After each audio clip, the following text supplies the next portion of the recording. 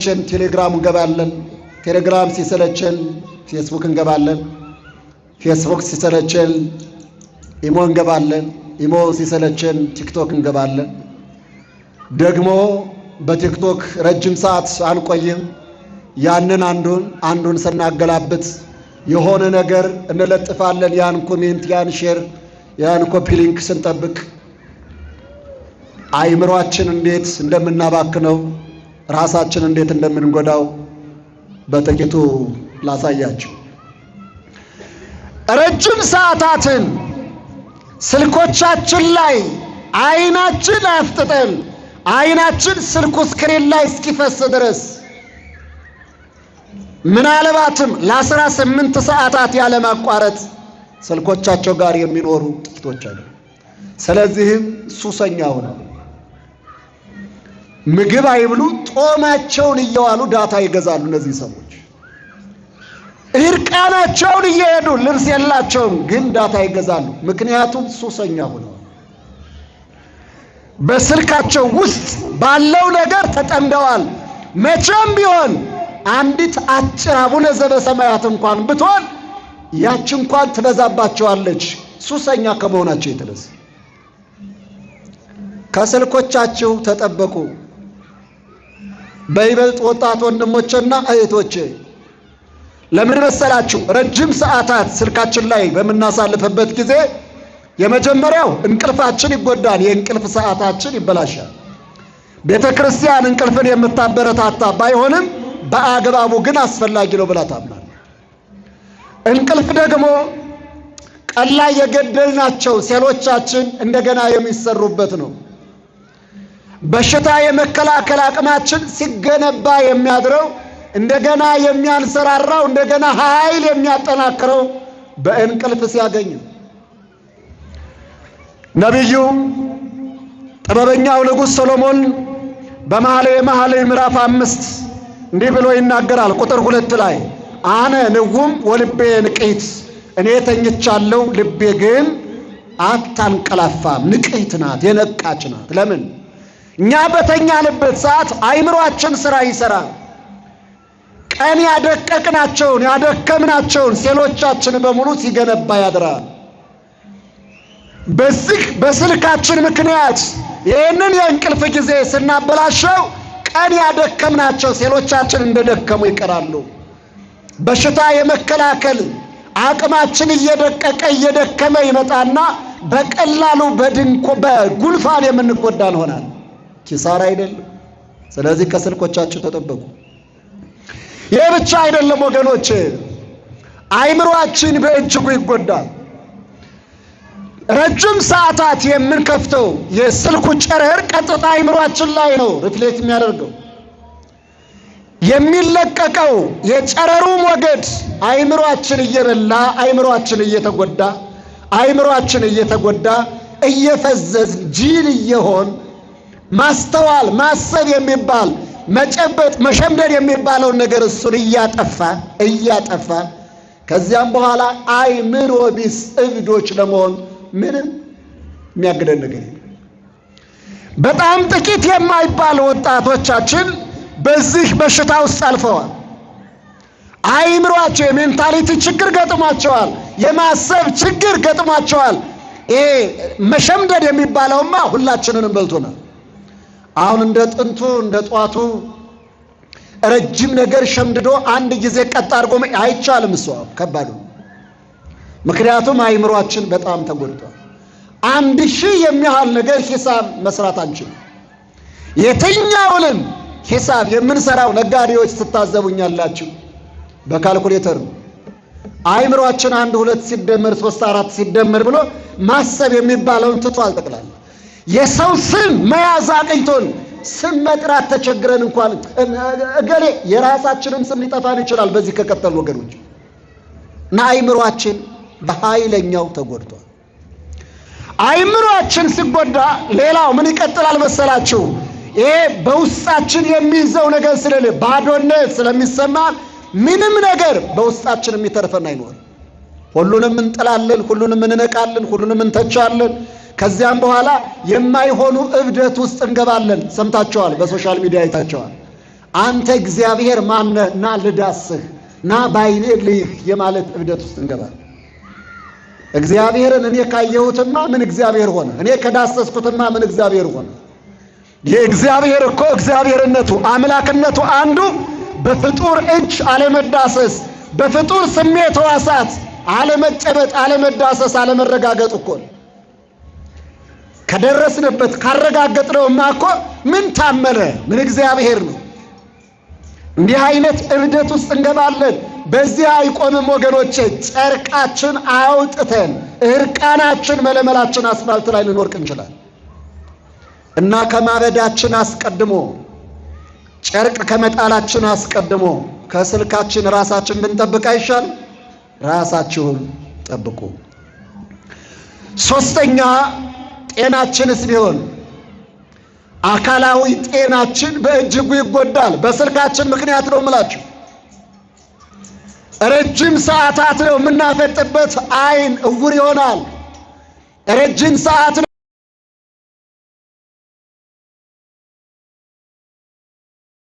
አይቀበልም። ረጅም ሰዓታት ነው የምንተከልበት፣ ጨጓራችን ዳሜጅ ይሆናል። ረጅም ሰዓታት ነው የምንቀመጠው፣ ኩላሊታችን ጤና አያገኝም። የደም ዝውውር ስርዓታችን በሙሉ ሊቃወስ ይችላል። ይኸውላችሁ ገና በወጣትነታችን ማዲያታ ምን ሆናለን? ገና በሕፃንነታችን እጥፍጥፍ ብለን ለመውደቅ እንገደዳለን። ጤናችን በእጅጉ ይጎዳል። በጣም በእርግጠኝነት ነው የምላችሁ የብዙ ወጣቶች በዚህ በሶሻል ሚዲያ ሱስ ውስጥ ያላችሁ አይኖቻችሁ እይታቸውን በእጅጉ ቀንሰዋል። በቀላሉ አትሰሙም 3-4 ጊዜ ደጋግመው ካልጠሯችሁ እና ጨርሰን ደንቆሮ ድዳ ከመሆናችን አስቀድሞ እግዚአብሔር በደሙ የቀደሰው በስጋው ያተመው አካላችን ከጥቅም ውጭ ከመሆኑ አስቀድሞ ከስልካችን ብንጠበቅ አይሻልም? ራሳችሁን ጠብቁት። ይሄ ብቻ አይደለም ወገኖቼ፣ በስልካችን የምናስከትለው ፈተና በዚህ የሚቆም አይደለም። አራተኛ ልጨምራችሁ፣ በስልካችን ምክንያት የሥራ ባህላችን ይሞታል። ደህና ረፈዳችሁ። ስልካችን ላይ በምናቃጥለው ጊዜ ስራ የሚባል የለም። ስራ ፈቶች የሆነው ስራ የሌለን ስራ ፈላጊዎች ብቻ አይደለንም፣ ስራ ያለን እንኳን ስራ ለመስራት በጣም እንቸገራለን። የሥራ ባህላችን በጣም ይጎዳል። ምክንያቱም ስልካችን ሱሰኛ አድርጎን። ሐኪሙ ሕክምናውን ትቶ ስልኩ ላይ ሊጣድ ይችላል። ተማሪው ትምህርቱን ትቶ ስልኩ ላይ ሊወዘፍ ይችላል። ነጋዴው ንግዱን ትቶ ስልኩ ላይ ሊያፈጥ ይችላል። መምህሩ ትምህርቱን ትቶ ስልኩ ላይ ሊያፈጥ ይችላል። የትኛውም ሰራተኛ ስራውን ትቶ እዩት ወገኖቼ፣ አጠቃላይ ሶሻል ሚዲያ ላይ ነው ያለው። ባለ ጉዳይ ሆናችሁ የምትገቡበት መስሪያ ቤት ላይ ጌም እየተጫወቱ ልታገኟቸው ትችላላችሁ። 9.4 ያህሉ ተማሪ ወደቀ ሲባል በእውነት ፈተናው ከብዶ ነው? በእውነት ያልተማሩት ነገር ኑሮ ነው? በእውነት ይህንን ያህል ሰው መውደቅ መረፍረፍ ያስፈልገው ምን ያህል ፈተና ምን የሆነ ፈተና ያመጡ? ሚካኤል ገብርኤል ያወጡት ፈተናው ነው፣ ሰዎች ያወጡት ፈተና አይደለም። ምክንያቱም ተማሪውም መምህሩም ያለው ስልኩ ላይ ነው። ተማሪውን በአግባቡ አይከታተልም፣ መምህሩን በአግባቡ ላያስተምር ይችላል። ስለዚህ ያለው ዕጣ ፈንታ ምንድነው? መውደቅ ብቻ ነው። አንድ እግዚአብሔር ይረዳል። አንድ ትልቅ ነገር አለ። እግዚአብሔር ይረዳል። በእውነት እግዚአብሔር የጠበቀ ትልቅ ውለታ የተዋለልን ይህንን ሶሻል ሚዲያ ይህንን ስልክ ለገበሬዎቻችን ሩቅ ማድረጉ ትልቁ ጥቅማችን ነው ወገኖች። እኔ የምላችሁ ገበሬዎቻችን ቲክቶክ ቢለምዱ የሚያርስ ገበሬ ታገኛላችሁ። የሚያመርት ገበሬ ይኖራል፣ የሚያርስ ገበሬ ይኖራል፣ የሚቆፍር ገበሬ ይኖራል። ነጭ ለብሶ ሶሻል ሚዲያ ላይ ተጥዶ የሚኖረው ተሸክሞ የሚኖር ገበሬ ይኖራል። እና እግዚአብሔር ሲረዳል እነዚህ ስልኮቻችን ለከተማዎቹ ወስላታዎች እንጂ ለታታሪዎቹ ገበሬዎች አልደረሱም። ይህን ስላደረገ እግዚአብሔር እናመሰግነዋለን። አመስግኑት፣ ግድ የላችሁ። ውሃ በልቶን ነበረ። እንዴ እኛንማ ነገር እኮ አየነው እኮ። ምግብ አንሰራም ብለን እኮ ጦማችን አደረኩ። እንጀራ አንጋግር ወጥ አንሰራም ተብሎ ጦም ታደረኩ። የተሰራውን በአግባቡ ለማቅረብ እኮ ተቸገርን እኮ። ስለዚህ ወገኖቼ ይህንን ችግር ያመጣብን ስልክ ነው። ከስልኮቻችሁ ተጠበቁ፣ ራሳችሁን ጠብቁ። በዚህ አይበቃም። ማህበራዊ ህይወታችንስ ጤናማ አይደለም። ማህበራዊ ህይወታችን በዚህ ሱስ የተጠለፈ ሰው ማህበራዊ ህይወት የሚባል ሶሻል ላይፍ የሚባል አያውቅም፣ የለውም፣ በጭራሽ የለውም። ባይተዋርነትን ብቸኝነትን ምርጫው ያደርጋል። እህቱ ስልኩ ናት፣ ወንድሙ ስልኩ ናት፣ ባሏ ስልኳ ነው፣ ሚስቱ ስልኩ ነው፣ ቤተሰቦቹ ስልኩ ነው፣ እናቱ አባቱ ስልኩ፣ ጓደኞቹ ስልኩ ናቸው። አብረን ሻይ ቡና እንበል ተባብለው አብረው ወጥተው አብረው አይቆዩም። እሱም ለብቻው ነው፣ እሷም ለብቻው። ባል ከሚስቱ ጋር ጊዜ የለውም፣ ሚስትም ከባሏ ጋር ጊዜ የላትም። አባት እናት ልጆቻቸው ጋር ጊዜ የላቸው፣ ልጆች ለእናት ለአባታቸው ጊዜ የላቸውም፣ አይታዘዙም። እነሱ ያሉት ስልካቸው ላይ ነው። ሰው ሞተ፣ ሰው ታመመ፣ ሰው ደከመ፣ ረድኤት የሚያስፈልገው ሰው አለ፣ ማንም አይደርስለትም። ማህበራዊ ጉዳይ የሚባለው ተበጣጠሰ በስልካችን ምክንያት።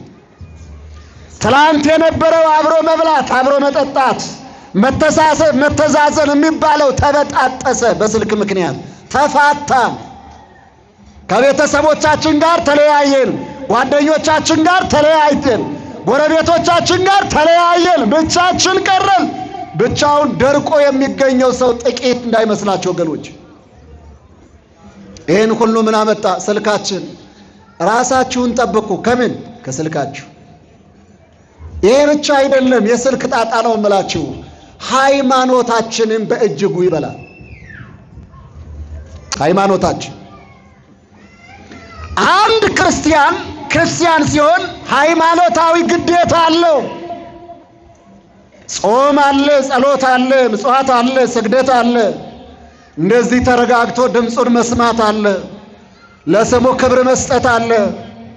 ኪዳን ማድረስ፣ ቅዳሴ ማስቀደስ አለ። ረጅም ሰዓታትን ቆሞ እግዚአብሔር ጋር መነጋገር አለ። ይህንን ሁሉ በስልኮቻችን ለጉጠን አጥፍተነዋል። ሙሉ ሌሊት ቲክቶክ ላይ ተጥዶ የሚያድር ወጣት ጠዋት እንዴት ብሎ ለኪዳን ይደርሳል? እንዴት ቅዳሴ ማስቀደስ ይችላል? ሙሉ ሌሊት ሲዋቀጥ ያደረ ሰው እንዴት ብሎ 2 ሰዓታት 3 ሰዓታትን ቆሞ ቅዳሴው መከታተል ይችላል? አይችልም። ሱሰኛነታችን ልክ አልፎ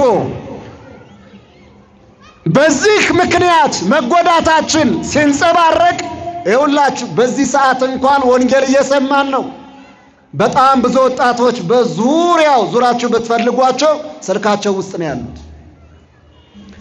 በቅዳሴ ሰዓት የቅዳሴውን ሰዓት እስከምንጨርስ ድረስ እድላትን ቸኩለን ልንፈነዳ ሁነን ቅዳሴውን አቋርጠን ስልኮቻችን ጋር እንጎረጉራለን። ብዙ አብያተ ክርስቲያናት አገልጋዮች ስልክ ይዘው ወደ ቤተ መቅደስ እንዳይገቡ ሕግ መመሪያ አውጥተዋል። እኛ ሁሉ በዚህ ተጠቂ ሆነን ማለት ነው። ቅዳሴ አገልግሎት ሶሻል ሚዲያ ላይ አይታችኋል አይደል? አይታችኋል። እግዚኦ መሐረነ ክርስቶስ የሚለውን ትልቅ ጸሎት እየጸለዩ ቅዳሴ ላይ ቪዲዮ አድርገው ፖስት ተደርጎ መነጋገሪያ ሆኖ አይታችሁ። እዚህ ድረስ ተደፋፍረናል። ስልካችን ያመጣው ጉድ ነው። መንፈሳዊ አገልግሎት መስጠት፣ ለመንፈሳዊ አገልግሎት መትጋትን በልቶ ሁሉንም ነገር ስልካችን ላይ ካደረግነው ምን ሃይማኖት ቀረ? ኪዳን ማድረስ ካልቻል፣ ማስቀደስ ካልቻል፣ መጸለይ ካልቻል፣ አንድ አቡነ ዘበሰማያት በስቶብል አባታችን ሆይ በሰማያት የምትኖር ስምህ ይቀደስ ሲል ዳታው ክፍት ነው፣ አይዘጋም፣ ጢው ጥር ይላል። ያኔስ ጸሎትን አቋርጠን ነን። አልተበላን።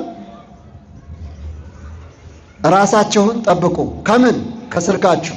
ለምን? ሃይማኖታችሁን አጣችሁ እኮ። እኛ ሃይማኖትን ያስክዳል፣ ሃይማኖትን ይበረብራል፣ ሃይማኖትን ያቀነጭራል ብለን የምንሰጋው ከነዚያ መንደር ነበረ፣ ከኢአማንያን ወገን ነበረ። ይገርማችኋል። እንዴት አይነት ጴንጤ መሰላችሁ ስልካችን! በደንብ አድርጎ በላል። ጸሎት ምን ያረጋል ከሚለው የተናነሰ አይደለም፣ ጸሎትን እስካቋረጠ ድረስ። ጾም ምን ያረጋል ከሚለው የተናነሰ አይደለም፣ እንዳትጾም ስልብልብ አድርጎ በጧት እንጀራ ፍለጋ የሚያንከራተት ከሆነ። ቅዳሴ ምን ያደርጋል ከሚሉት የተናነሰ አይደለም፣ እንዳታስቀድስ በተግባር ካቋረጠ። ስለዚህ ራሳችንን ጠብቅ። ከምን? ከስልካችን። እስኪ መጨረሻ ልንገራችሁ። ስልካችን ውስጥ በጣም አሁን ደግሞ ፋሽን የሆነው በጣም ሚዲያው በደንብ አድርጎ የተቆጣጠረው ወጣቱን በሙሉ የተቆጣጠረው ትልቅ ትንሽ የለም፣ የሃይማኖት አባት የለ፣ መምህር የለ፣ ዘማሪ የለ፣ የትኛው የምታገኙ ቲክቶክ ላይ ነው። ቲክቶክ ላይ ተፈልጎ የሚታጣ ምንም ነገር የለም። እና ይህ ቲክቶክ ደግሞ ምን ትልቅ ችግር እንዳለው ታውቃላችሁ? አይምሮአችን በሙሉ ስልቹ ነው የሚያደርገው። ደህና ረፈዳችሁ። ግን ምንድን ነው የሚያደርገው እያልኳችሁ? ስልቹ።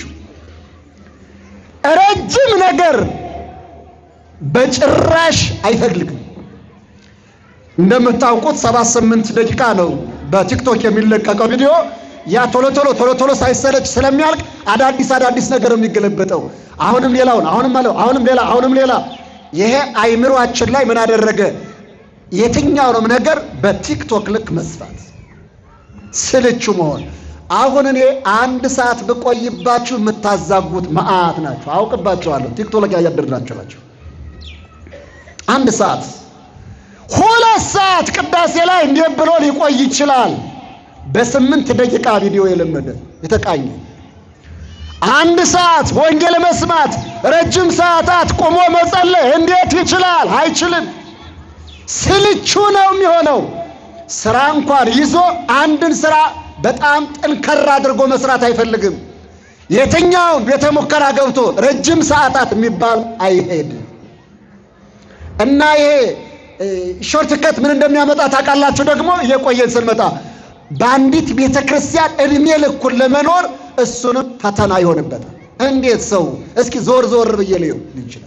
ዛሬ ቤተ ክርስቲያን፣ ዛሬ እስልምና፣ ዛሬ ፕሮቴስታንት፣ ከዚያ ደግሞ ካቶሊክ፣ ከዚያ እንዲህ ሲባዝን እንደዚያው ክርትት ብሎ ይጠፋል። እንደዚህ እንዳንሆን ራሳችሁን ምን በሉ ጠብቁ። ወደ ትዳሩ ሰዱት።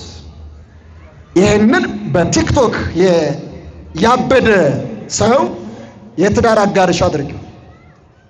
ምናልባት ረጅም ሰዓታት ካንቺ ጋር ከቆየ ያውም ደግሞ በጣም ብዙ ምቾት ከሰጠሽው ሊቆይ የሚችለው 1 ዓመት፣ ከዚያስ 1 ዓመት ከ6 ወር እንደዛ ሊሆን ይችላል። ከዚያ በኋላሳ አይችልም። እንደም ደግሞ በብዙ እንክብካቤ በብዙ ትሪትመንት ማለት ነው። ከዛስ ካንቺ ይወጣል ሌላዋ ጋር፣ ከዚያም ይወጣል ሌላዋ ጋር፣ ከዚያም ይወጣል ሌላዋ ጋር። እንዲህ የዞረ ጸበል ቅመሱ የተባለ እስኪመስል ድረስ ይዞር ይኖራል። ሴቷስ ብትሆን እንደዛው አረች እንዴት ከአንድ ሰው ጋር እድሜ ልኬ ትላለች። እነዛ ምዕራባውያን ይህንን አስበው የኩንትራት ጋብቻ አዘጋጁ። ይህንን የሚያስፈጽሙበት ደግሞ ስልካችን እጃችን ላይ ሆነ ማለት ነው።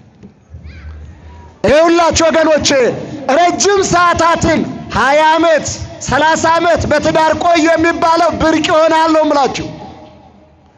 ተውት፣ እሱን ግድ የላችሁም። 10 ዓመት 5 ዓመት በትዳር አብረው ቆዩ። የ5 ዓመት የጋብቻ ባህላችን ማለት ብርቅ ይሆናል። ምክንያቱም ስልቹ ትውልድ ረጅም ሰዓታትን በጓደኝነት አታቆየው። ረጅም ሰዓታትን በአገልግሎት አታገኘው። ረጅም ሰዓታትን በመንፈሳዊነቱ አታገኘው። ረጅም ሰዓታት የሚባል ነገር አይፈልግም። የትኛውም ነገር ለሱ ቲክቶክ እና ቲክቶክን መሰረት ያደረገ ብቻ። ስለዚህ ትውልዱ እየጠፋ እየራቀ ሲመጣ የግድ የሃይማኖት ተቋማት የግድ መንፈሳዊ ተቋማት የትኛውም ተቋማት ተገደውም ቢሆን ወደ ቲክቶክ መውረድ የግድ ይሆንባቸው ጀምረዋል። የካቶሊክ ቤተክርስቲያን የትኛው መምህር እየሰማችሁ ይኖር የትኛው መምህር የትኛውም ፓፓ የትኛውም ካርዲናል የትኛውም ቄስ ከ8 ደቂቃ በላይ ትምህርት እንዳያስተምር ውሳኔ ያስተላልፋል። እየሰማችሁ ይኖር። ለምን? ከዚያ በላይ ትውልዱ መስማት አይችልም። ለምን? ስልቹ ነው። እኛም እንቀጥላለን።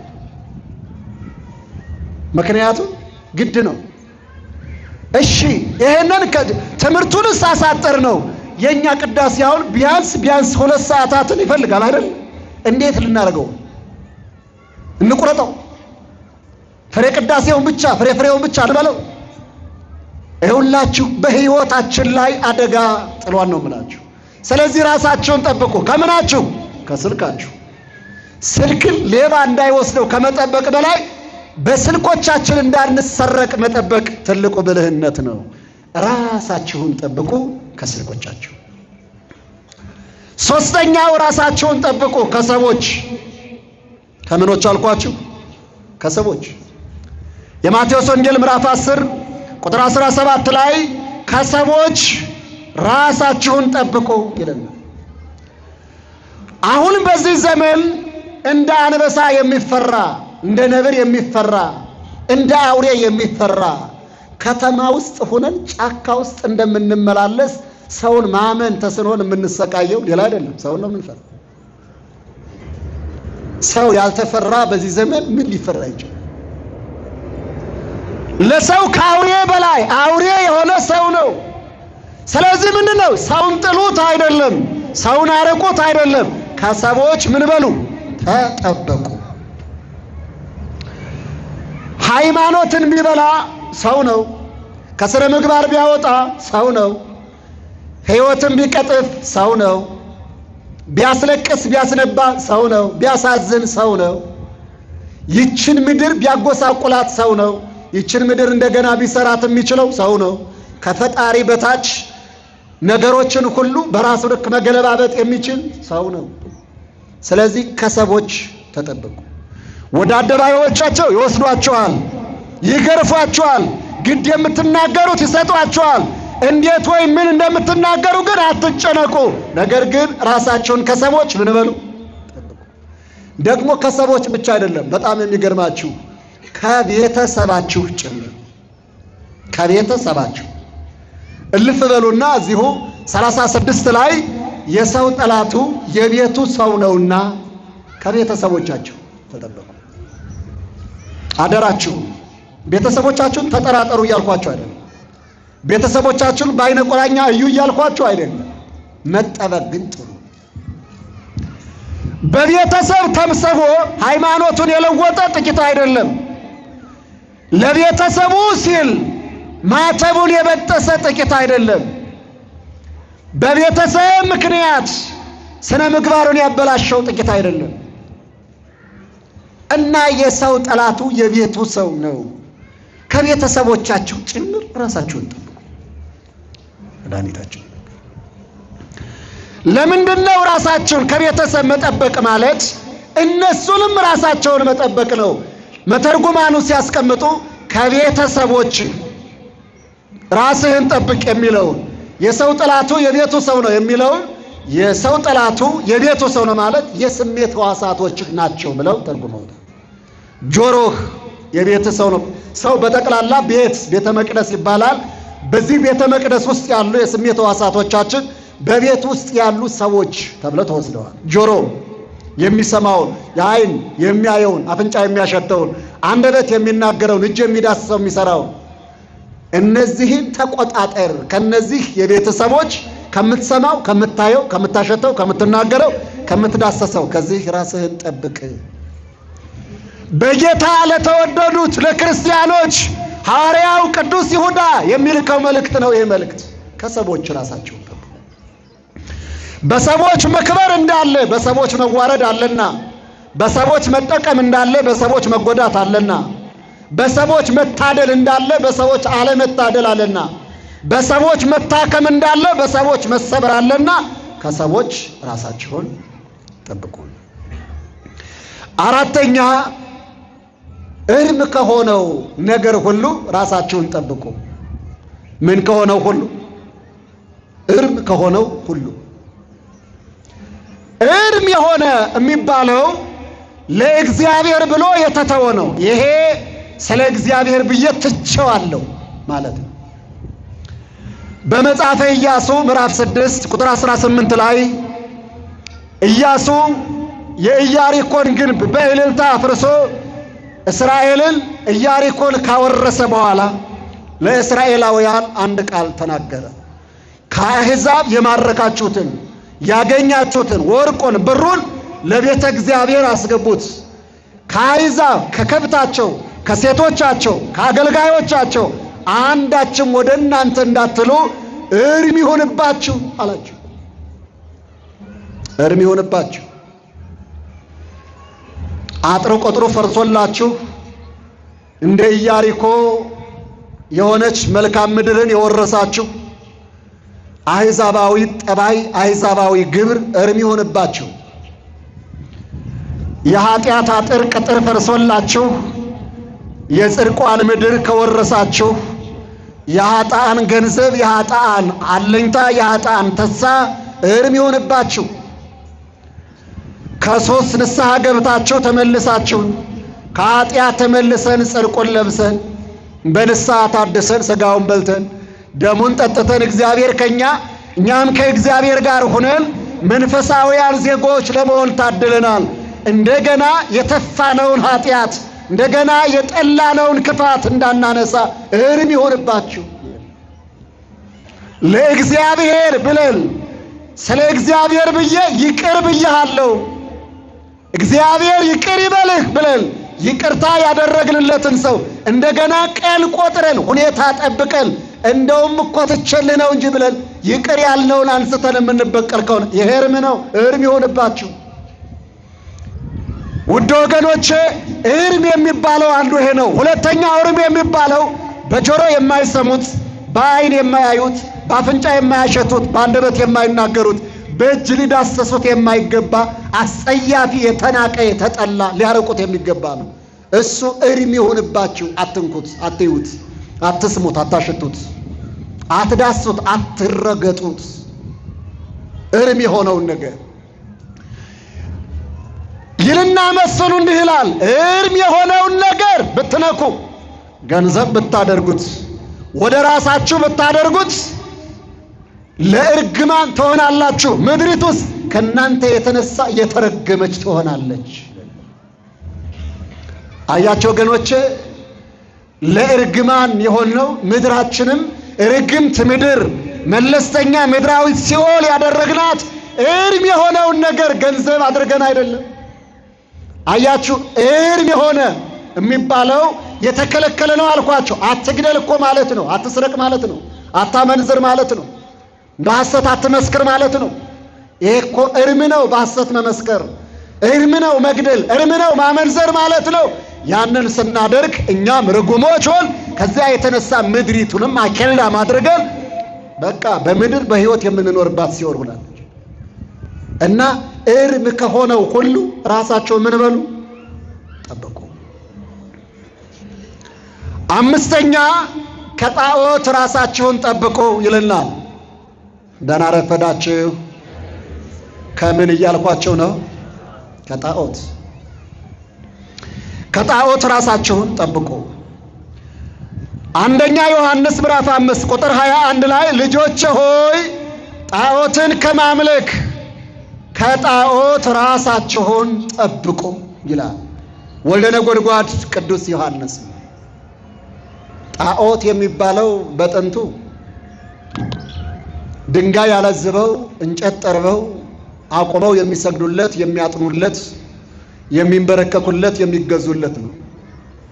በሰው አምሳል በጥጃ አምሳል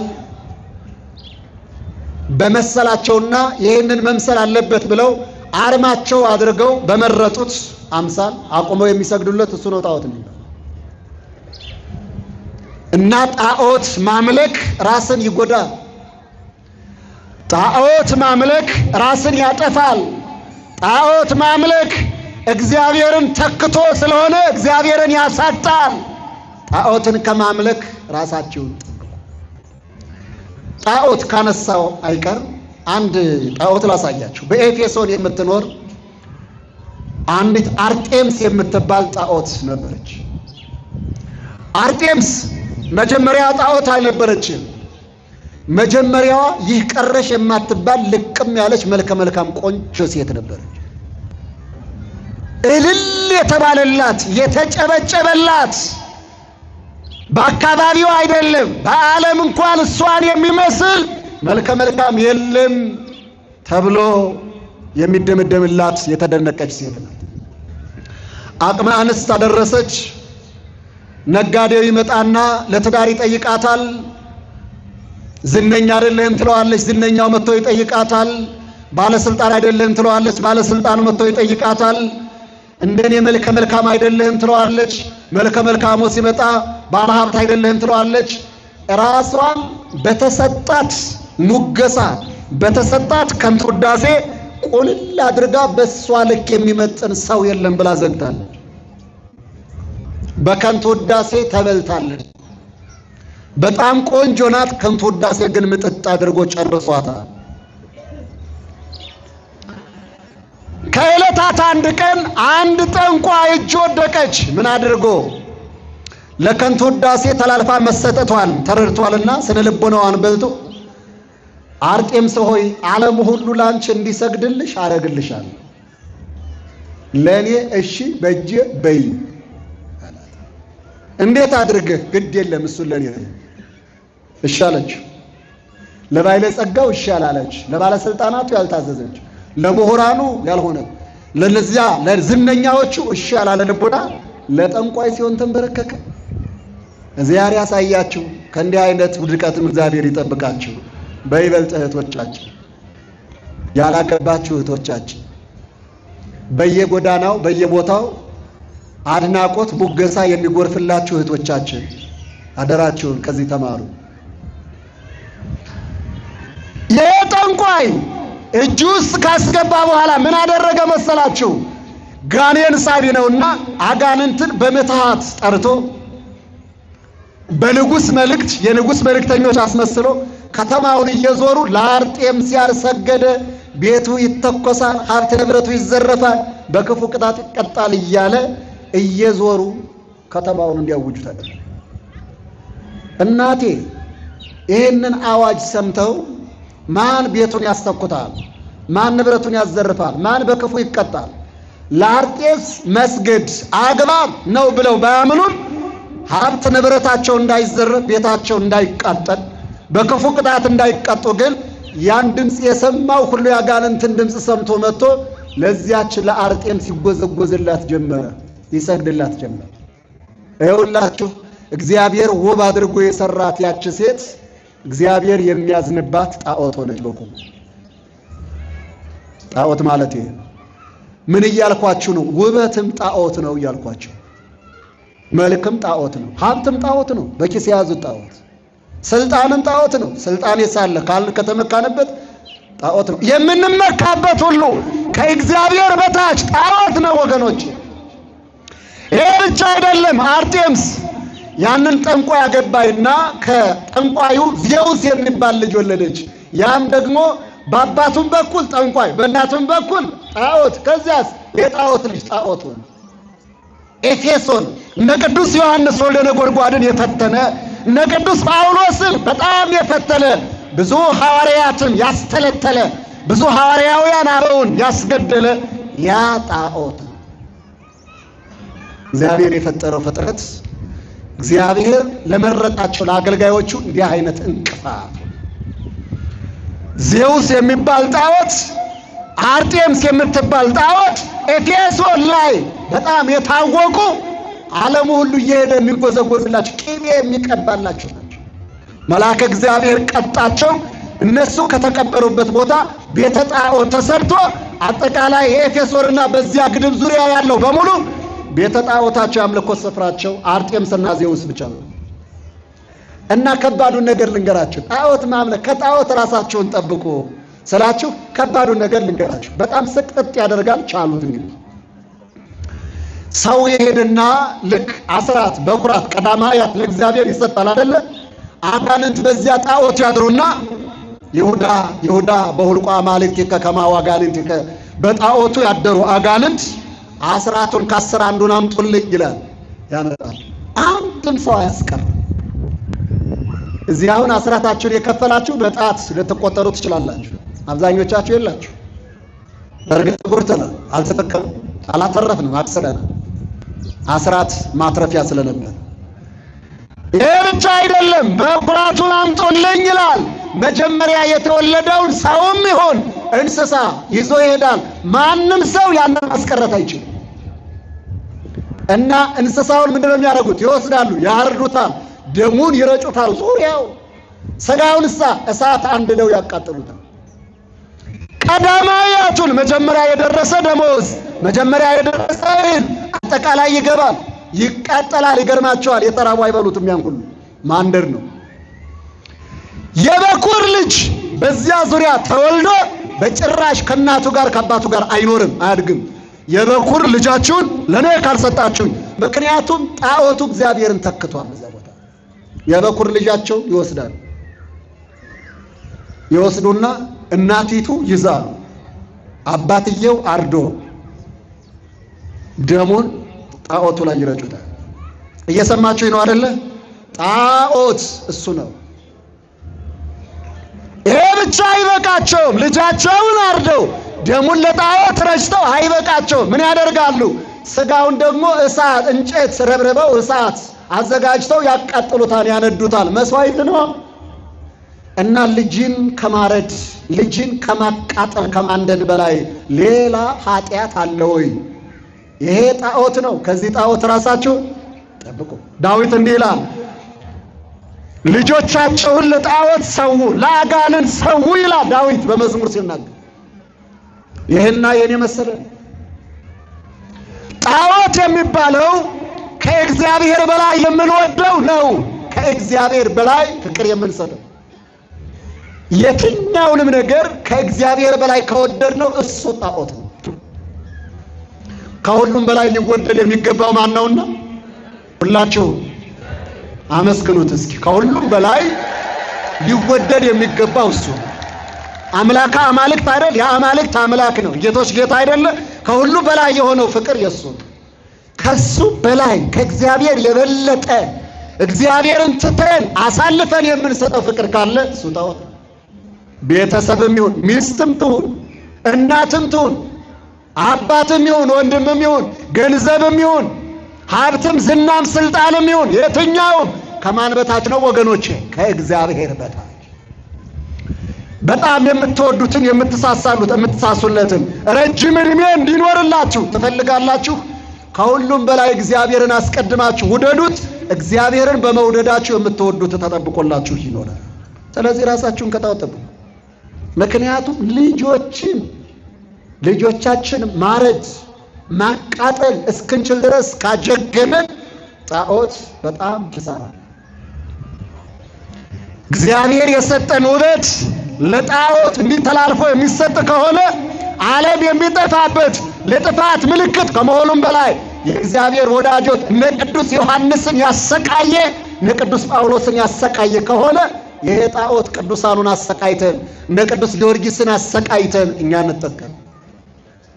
70 ነገስታት ከቅዱስ ጊዮርጊስ ጋር 7 ዓመት የተጋደሉት ቅዱስ ጊዮርጊስ ከ70 ነገስታት ጋር 7 ዓመት ሲጋደል የኖረው ከጣዖት አምልኮት ጋር አይደለም። ሃይማኖትን ካር ለጣዖት ሰገድ ተብሎ አይደለም። ለጣዖት አልሰግድም በማለት 3 ጊዜ የሞተው በመንኮራኩር የተፈጨው በእሳት የነደደው ቅዱስ ጊዮርጊስ ለጣዖት አልሰግድም ብሎ አይደለም። ይህንን ያህል የምንቀቀልበት የምንቃጠልበት ቁልቁል የምንሰቀልበት ደማችን የሚፈስበት እሳታት ሰውነታችን እንደ ደመራ እሳት የሚነድበት በዚህ ጉዳይ አይደለም። ራሳችሁን ጠብቁ። ከምን? ከጣዖት።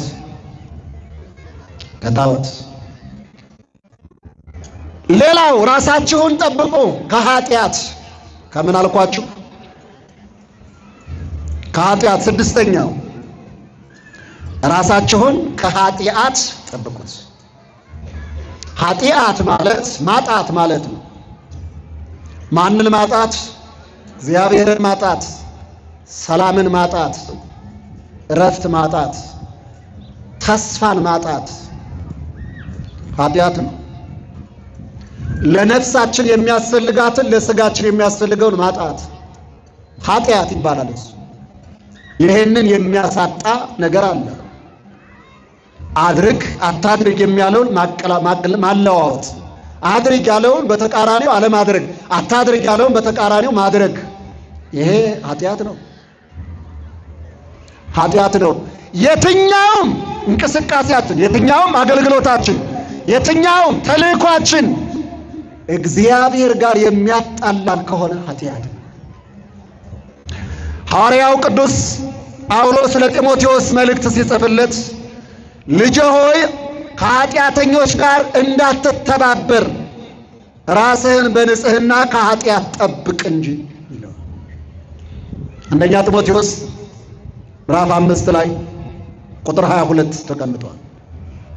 ከኃጢአተኞች ጋር እንዳትተባበር፣ ከአጋንንት ጋር እንዳትተባበር፣ ከነፍሰ ገዳዮች ጋር እንዳትተባበር፣ ከሚሰርቁት ጋር እንዳትተባበር፣ ከአመንዝራዎች ጋር እንዳትተባበር፣ ከካህዲዎች ጋር እንዳትተባበር፣ ከነሱ ራስህን በንጽህና ጠብቅ አለ እንጂ። አያችሁ፣ ከእንደዚህ አይነት ራሳችን መጠበቅ፣ ጣዖት ማምለክ ራሳችን እንደበላ ኃጢአትን ደግሞ ራሳችን የሚበላ ነው። ኃጢአት በምኞት ይወለዳል፣ ከዘገየሽ ሞትን ይወልዳል። ቅዱስ ያዕቆብ እንደነገረን ምኞት ጸንሳ በሉ እስኪ ሁላችሁ ደክማችኋል መሰለኝ። ምኞት ጸንሳ ኃጢአትን ትወልዳለች፣ ኃጢአትም ከዘገየች ሞትን ትወልዳለች። ስለዚህ የኃጢአት ደሞዙ ሞት ነው። በኃጢአት እየበረታን አሁንም ንስሐ ሳንገባበት፣ አሁንም ሳንመለስ፣ አሁንም በዚያው እየቀጠል 2017 ይዘነው የነበረውን ያንን ኃጢአት 2018ም ካስቀጠልነው ለሞት በጣም በእጅጉ እየቀረብን ነው። ደሞዛችን ልናገኝ አንድ ሐሙስ የቀረን ሆነናል። ስለዚህ ከኃጢአት ራሳችሁ እግዚአብሔርን ከሚያሳጣው፣ መንግሥተ ሰማያትን ከሚያሳጣው፣ ሰላም ፍቅራችሁን ከሚያሳጣው፣ የዘላለምን ሕይወት ከሚያሳጣው ራሳችሁን ጠብቁት። ራስን መጠበቅ፣ ራስን ማዳን ይሄ ነው። ሰባተኛውና ራስን መጠበቅ የመጨረሻ ሳደርገው ከአጋንንት ራሳችሁን ጠብቁ። ከነማን? አጋንንት የመላእክትን ሕይወት እንድንኖር አይፈቅዱም። አጋንንት የሚፈቅዱት በራሳቸው ልክ እንቁጥቁጥ ብለን እንደነሱ እንድንሆንላቸው ብቻ። ስለዚህ የእግዚአብሔር ማደሪያ እንድንሆን አጋንንት አይፈቅዱም። የነሱ ማደሪያ እንድንሆን ግን አጋንንት ይፈቅዳሉ።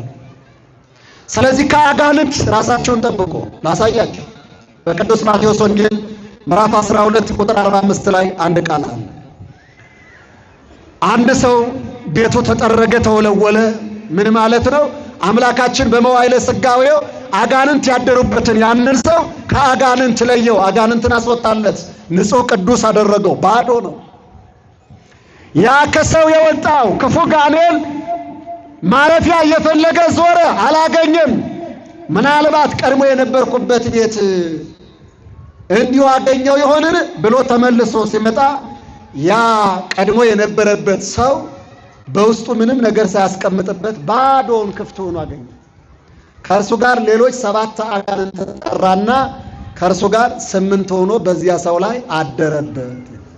ወይ አኬ ተፍጻሜቱ እንቀዳሜቱ፣ የዚያ ሰው መጨረሻው ከመጀመሪያው የከፋ ሆነ። አይውላችሁ ከአጋንንት መጠበቅ ካልቻልን፣ አጋንንት ማደሪያዎቻችን አደረጉን፣ ከ2017 የከፋ ይሆናል 2018፣ ከ2018 የከፋ ይሆናል 2019። የተሻለ ሳይሆን የከፋን እያስተናገድን እንኖራለን። ደግሞ ያጋንንት ክፋታቸውን ልንገራችሁ። አሁን እንዲስብስብ ብለን በአንድነት እግዚአብሔርን እንድናመልክ አይፈቅዱም። እነሱ ግን ስብስብ ብለው በአንድነት ሲኖሩብን ግን ቅር አይላቸው። እነ ማርያም መግደላዊት 7 አጋንንት አድረውባት፣ አንዱ ውሸት ሲያናግራል፣ አንዱ ሐሜት ሲያናግራል፣ አንዱ ስርቆት ሲያስተምራል፣ አንዱ ዝሙት ሲያዘሙታል። እንዲህ ያደረገ 8 አጋንንት ማለት እንደዚህ ናቸው። 8 አይነት የኃጢአት አይነት እያሰሩን እነሱ እየጋለውን እነሱ እንዳዘዙ እንደፈለግን እያደረግን፣ ግደል ሲሉን እየገደልን፣ ምታ ሲሉን እየመጣን፣ ስከር ሲሉን እየሰከር፣ ጨፍር ሲሉን እየጨፈር፣ ዝፈን ሲሉን እየዘፈን፣ እነሱ የሚሉን ሁሉ እያደረግን ከመንግሥተ ሰማያት በአፋ ሆነ። እንዲህ እንዳንሆን ከአጋንንት ራሳችሁን ምን በሉ? በስመ አብ ወወልድ ወመንፈስ ቅዱስ አሐዱ አምላክ እያላችሁ በአብ በወልድ በመንፈስ ቅዱስ ስም እያማተባችሁ ራሳችሁን ከአጋንንት ጠብቁ። ውድ ወገኖች 7 ነገሮችን አየን፣ ራሳችንን ከምን መጠበቅ እንደሚገባ። ሌላው የመጨረሻው ራሳችሁን ጠብቁ ማለት ራሳችሁ ክርስቶስን ጠብቁ ማለት ነው። ማንን ጠብቁ ማለት ነው? ሁላችሁም ራሳችን ክርስቶስ ሐዋርያው ቅዱስ ጳውሎስ በአንደኛ ቆሮንቶስ ምዕራፍ 11 ላይ ሲነግረን እንዲህ አለ። ቁጥር 23 ላይ የወንድ ራስ ክርስቶስ ነው አለን። ስለዚህ ወንዶች ራሳችን የኛ ይህ አይደለም፣ ራሳችን መድኃኒታችን ኢየሱስ ክርስቶስ። ሁለተኛ ሐዋርያው ቅዱስ ጳውሎስ በኤፌሶን መልእክት ምዕራፍ 5 ቁጥር 33 ላይ እንዲህ ይላል፣ የቤተ ክርስቲያኗ ራስ እሱም መድኃኒታችን ክርስቶስ ነው ማለት። የማን ራስ? የቤተ ክርስቲያኗ ራስ። በተመሳሳይ በገላትያ መልእክት ምዕራፍ 4 ላይም እንዲህ ይላል፣ የማዕዘኑም ራስ እሱ ራሱ ክርስቶስ ነው ይለናል። የማዕዘኑ ራስ መሰብሰቢያው ቤተ መቅደሱን ያሳምረው ያስዋበው ያ ራስ መድኃኒታችን ኢየሱስ ክርስቶስ ነው። ስለዚህ ራሳችሁን ጠብቁት ማለት ሰውነታችን ለዘረዘርናቸውና ለመሰሎቻቸው ተላልፎ እንዳይሰጥ ማለት ሰውነታችን ከራሳችን እንዲጠበቅ፣ ሰውነታችን ከስልካችን እንዲድን፣ ሰውነታችን ከሰዎች እንዲድን፣ ሰውነታችን እርም ከሆነው እንዲድን፣ ሰውነታችን ከኃጢአት እንዲድን፣ ሰውነታችን ከጣዖት እንዲድን፣ ሰውነታችን ከአጋንንት እንዲድን ራሳችን መጠበቅ። ማንን መጠበቅ? ክርስቶስን መጠበቅ። በምንም ሁኔታ ሆኖ መጠበቅ። ምናልባት ያለንበት ሕይወት የማይመቻች ሊሆን ይችላል። ረሃቡ ፈተና ሊሆን ይችላል። ጦርነቱ ስቃይ ሊሆን ይችላል። ኑሮ አልሳካላችሁ ሊለን ይችላል። በሞትና በሕይወት መካከል ልንኖር እንችላለን። በደዌ ዳኛ በአልጋ ቁራኛ ተይዘን ሊሆን ይችላል። በዚህም ሁኔታ ውስጥ ሆኖ ማንን መጠበቅ? ክርስቶስን መጠበቅ። በዮሐንስ ወንጌል ምዕራፍ 14 ቁጥር 3 ላይ እንዲህ የሚል ቃል አለ፣ እመጽእ ካዕበ፣ ሁለተኛ ወደ እናንተ እመጣለሁ ይለናል። ስለዚህ ወደኛ የሚመጣውን ራሳችንን መጠበቅ። ይመጣል፣ ቀጠሮ አለው፣ ይመጣል መድኃኔዓለም። ልጆች አሉት፣ ልጆቹን ሊጎበኝ ይመጣል መድኃኔዓለም። ራስ የሚያስፈልጋቸው ሕዋስ አሉትና ወደ ሕዋሳቶቹ ይመጣል መድኃኔዓለም። የቤተ ክርስቲያኗ ራስ አይደለ? ወደ ቤተ ክርስቲያኑ ወደዚህ ህብረት ወደዚህ አንድነት ይመጣል። ወደ እያንዳንዳችሁ ጓዳ፣ ወደ እያንዳንዳችሁ ልቡና፣ ወደ እያንዳንዳችሁ ሕይወት መድኃኔዓለም ይመጣል። ምክንያቱም እመጣለሁ ብሏል።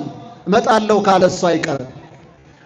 ምናልባት የዘገየ የሚመስለን በእኛ ችኩልነት ልክ ስለምንሰፍረው እንጂ እግዚአብሔር ስለ ተስፋ ቃሉ አይዘገይም፣ ይመጣል። እየራባችሁም ቢሆን ጠብቁት፣ ህብስተ ሕይወት ይመጣል። እየጠማችሁም ቢሆን ጠብቁት፣ ጽዋዐ መድኃኒት ነው፣ ይመጣል። እየበረዳችሁም ቢሆን ጠብቁት፣ የክብር ልብስ ነው፣ ይመጣል። እያመማችሁ እየደከማችሁም ቢሆን ጠብቁት፣ መድኃኒት የነፍሳችንን ቁስል የሚያድናት የሚያክማት ፍቱን መድኃኒት ነውና መድኃኒቱ ይመጣል። በውጥረት በጭንቀት በፈተና ውስጥ ሆነንም ቢሆን እንጠብቀው። ነፃነታችን፣ ሰላማችን፣ ረፍታችን ነውና እሱ ነፃነታችን፣ ሰላማችን ነው እሱ። ይመጣል፣ ጠብቁት።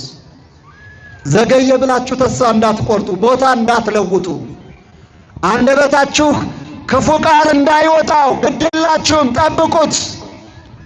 መጠበቂያው ላይ ሆናችሁ ጠብቁት። እግዚአብሔር የሚገለጥበት ስፍራ አለውና ያን ስፍራ ቤተ መቅደሱን የሙጥኝ ብላችሁ ጠብቁት።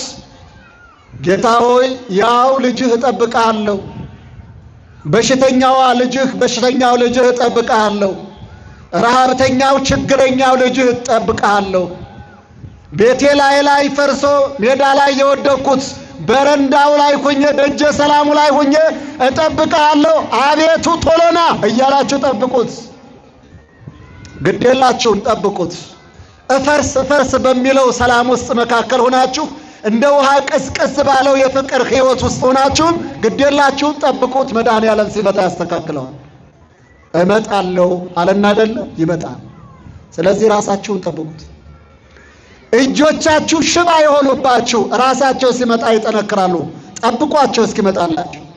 እግሮቻችሁ አልታዘዝላችሁ ያላችሁ ግዴላችሁ፣ ራሳቸው ሲመጣ ያንቀሳቀሳቸዋል። ጠብቁላቸው።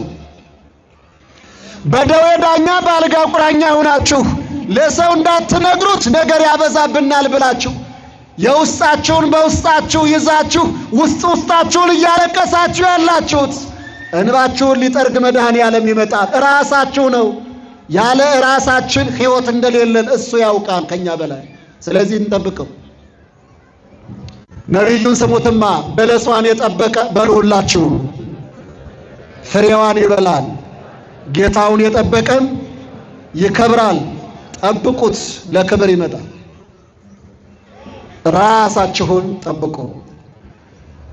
ስጠራው አልደረሰልኝም፣ በመከራዬ ጊዜ ዘገየብኝ ብላችሁ እንዳትክዱት። ግዴላችሁም የተስፋውን ቃል ጠብቁት። በእምነት ሆነን በተስፋም ሆነን በፍቅርም ሆነን በቻለው መጠን ሆነን በየትኛውም ቦታ ሆነን ግዴላችሁም ለእግዚአብሔር የሚሰወርበት ስፍራ የለም። በቤተ መቅደሱ ብንሆን ይመረጣል። ካልቻልን ባለንበት ሆነን እንጠብቅ። ታስታውሳላችሁ፣ ወደዚህ ዓለም ሲመጣ እኮ ማኅተመ ድንግልና አልከለከለውም። በሕቱም ድንግልና ወደዚህ ዓለም መጥቷል። በተዘጋው ደጃችሁ ላይ ክርስቶስ ሊመጣ ይችላል። ከመቃብር ሲወጣ መቃብሩን ክፈቱልኝ፣ ድንጋዩን አንከባሉልኝ አላለም። ድንጋዩ እንደተገጠመ ክርስቶስ ተነስቷል። ከወደቅንበት ሊያነሳ ክርስቶስ ይመጣል። መቃብሩ አፋፍ ላይ ሆናችሁ ኩርትም ብላችሁ ጠብቁት። ራሳችን ይመጣል። ታስታውሳላችሁ፣ ጌታቸውን አጥተው ሲያለቅሱ ሲነፈርቁ የነበሩ ሐዋርያት አይሁድን ፈርተው ደጃቸውን ዘግተው ሳለ መድኃኒታችን ኢየሱስ ክርስቶስ ደጁ ክርችም ብሎ እንደተዘጋ በተዘጋው ቤት ገብቶ ሰላም ለእናንተ ይሁን አላቸው። ሰላም ለአንተ ይሁን፣ ሰላም ለአንቺ ይሁን፣ ሰላም ለእናንተ ይሁን። የተዘጋው በር የማያስቀረው ጌታ በተዘጋው በር ገብቶ ሰላማችን ሊሰጠን የታመነ ነው። ሰላምህን ስጠን እያላችሁ ጠብቁት። እንጠብቅ። የኛ ድርሻ መጠበቅ። ልጆች አይደለን? አባታችን እስኪመጣ መጠበቅ፣ የተነገረን ተስፋ እስኪፈጸም መጠበቅ ነው። ከዚያ ሲመጣ ሁሉንም ያስተካክለዋል። ወገኖቼ ተስፋ ሳንቆርጥ ጠብቀ ነው ስለ ተስፋ ቃሉ የማይዘገየው ጌታ መጥቶልን የነበረውን ታሪካችን አስተካክሎ ለልጅነታችን የሚገባውን አባታዊ ፍቅሩንና ቸርነቱን አድርጎልን ለኛ